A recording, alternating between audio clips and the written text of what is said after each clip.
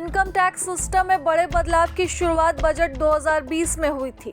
उस समय वित्त मंत्री निर्मला सीतारमण ने नया टैक्स रिजीम पेश किया था। इसका मकसद टैक्स सिस्टम को सरल बनाना था, जिसमें टैक्स स्लैब कम हो और छूट व कटौतियां भी सीमित हो, ताकि टैक्स पेयर्स को कम उलझन हो सके। ऐसे में अब जब बजट 2026 नज़दीक है, वैसे वैसे सैलरी पाने वाले टैक्स पेयर्स को इनकम टैक्स में और राहत की उम्मीद है। खास तौर पर मिडिल क्लास चाहता है कि उसकी मेहनत की कमाई का ज़्यादा हिस्सा उसके पास बचे और इनकम टैक्स रिटर्न भरने की प्रक्रिया भी आसान हो। इनकम टैक्स रिटर्न में बड़े बदलाव की शुरुआत बजट 2020 से ही हुई थी। उस समय वित्त मंत्री निर्मला सीतारमण ने नया टैक्स रिजीम पेश किया था, जिसका मकसद टैक्स सिस्टम को सरल बनाना था।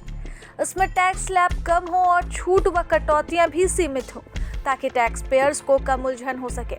जिसके बाद बजट 2025 में टैक्स पेयर्स को अब तक सबसे बड़ी राहत मिली। नए टैक्स रिजीम के तहत 12 लाख रुपए तक की सालाना आय को टैक्स फ्री कर दिया गया। सैलरी पाने वालों के लिए स्टैंडर्ड डिडक्शन बढ़ने से यह सीमा 12,75,000 रुपए तक पहुंच गई। अब साथ ही स्लैब में बदलाव कर मिडिल इनकम ग्रुप पर टैक्स का बोझ कम कर दिया गया है। इसी के साथ सरकार ने नया इनकम टैक्स एक्ट 2025 भी लागू किया, जिसने 1961 के पुराने इनकम टैक्स कानून की जगह ली। इसे भारत में टैक्स सिस्टम में दशकों का सबसे बड़ा सुधार भी माना जा रहा है। अब टैक्स पेयर्स चाहते हैं कि टैक्स छूट की सीमा और बढ़े और टैक्स रेट और कम हो, जिससे मिडिल क्लास की इनहैंड सैलरी बढ़ सके। इसके अलावा लोग ऐसे टैक्स सिस्टम की उम्मीद कर रहे हैं जो ज़्यादा आसान हो, पारदर्शी हो, ITR फाइल करना आसान हो, बेवजह टैक्स नोटिस कम आए और नियमों में किसी भी तरह का कोई भ्रम न रहे। सीनियर सिटीजन्स भी अतिरिक्त राहत की मांग कर रहे हैं, जिसे बेसिक एग्जेम्पशन लिमिट बढ़ाना और पेंशन व ब्याज से होने वाले आय पर बेहतर टैक्स व्यवस्था।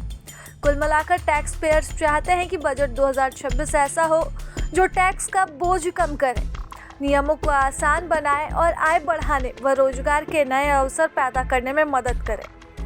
वित्त मंत्री निर्मला सीतारमण के 1 फरवरी 2026 को बजट पेश करने की संभावना है।